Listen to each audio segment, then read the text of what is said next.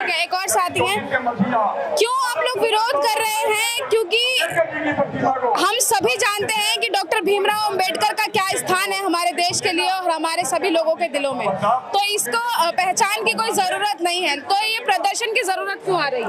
ये बताइए, हाँ। जिस व्यक्ति ने हमें संविधान दिया, जिस संविधान पर देश चलती है, जो यहाँ आत्मा बसती है, उस आत्मा के प्रतिमा को हटा दी गई, इससे बड़ी इस देश का दुर्भाग्य क्या हो सकती है?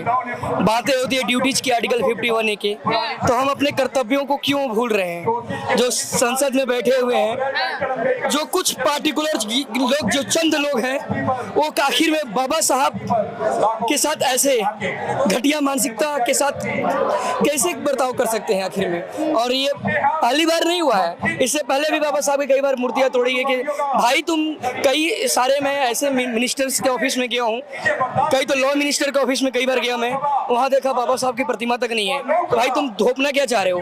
क्या बिना संविधान के देश चलेगी? तो मूर्ति से होगा क्या? मेरे आइडियल है, और आइडियल आपके हैं ना, सभी के हैं, पूरे देश के हैं। संविधान अब आप मान रहे हैं ना सभी के हैं, और संविधान से ही तो देश चल रहा है, तो फिर सिर्फ मूर्ति से संविधान की शपथ लेते हैं ना, कोई भी हो, IAS IPS और मंत्री से लेकर सभी लोग, प्रधानमंत्री, राष्ट्रपति, प्रधानमंत्री जी को तो आकर इस पे संज्ञान तुरंत लेना चाहिए, बात करना चाहिए।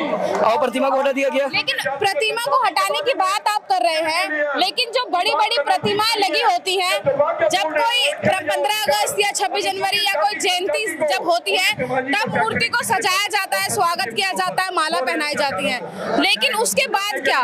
मूर्तियां गंदी रहती हैं। आप और हम बहुत अच्छे से जानते हैं कि जो तमाम चौराहों पे सभी जितने भी आइडियल जो फ्रीडम फाइटर रहे हैं, उनकी जितनों की भी मूर्तियां लगी हुई हैं, क्या हाल उन लोगों का रहता है, ये भी आप देखते हैं। इसमें क्या कहेंगे? वो अपमान नहीं है? बहुत बड़ा अपमान है। इस देश का दुर्भाग्य है कि हम अपने आइडियल को, जो फ्रीडम फाइटर को, जिन्होंने देश के लिए कुर्बानी दी, वो ऐसे हालात उनकी हो रही है, कहीं मूर्तियां गंदी रहती है, कहीं तोड़ दी जाती है।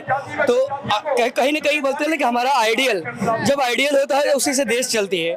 देश हमारा संविधान से चलता है, देश हमारा आइडियोलॉजी से चलता है, देश हमारे फ्रीडम फाइटर के जो कुर्बानी है उनसे हमारा आने वाला पीढ़ी मोटिवेट होता है, प्रेरित होता है। नहीं सुनेंगे तो क्या करेंगे आप? देखिए, अभी हम लोग ने जंतर मंतर पर हमारे साथी आए हुए हैं, ऐसे ही अपनी आवाज उठाएंगे, क्योंकि लोकतंत्र में हम अपनी आवाज उठाएंगे, और जब आवाज उठाएंगे तो आज नहीं तो कल न्याय जरूर मिलेगी।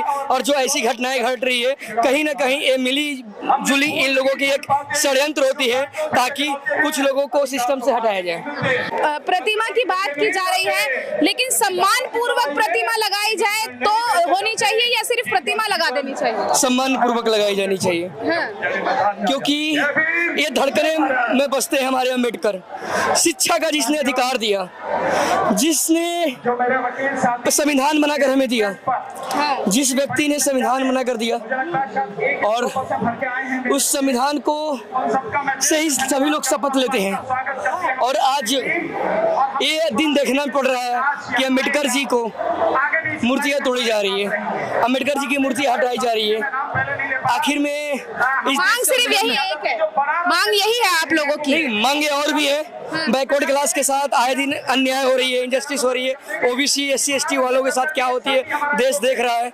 कुछ अपने लोगों को सिस्टम में बैठाया जा रहा है, ये भी लोग देख रहा है, चाहे वो यूनिवर्सिटियों में प्रोफेसर्स बनाना हो, या PhD में एडमिशन कराना हो, या IAS IPS, ये अपने लोगों को सिस्टम बैठा रहे हैं। लेकिन हम इस देश के मूल निवासी है, और हम मूल निवासियों को बाहर किस तरीके से की जा रही है, ये पूरा देश देख रहा है।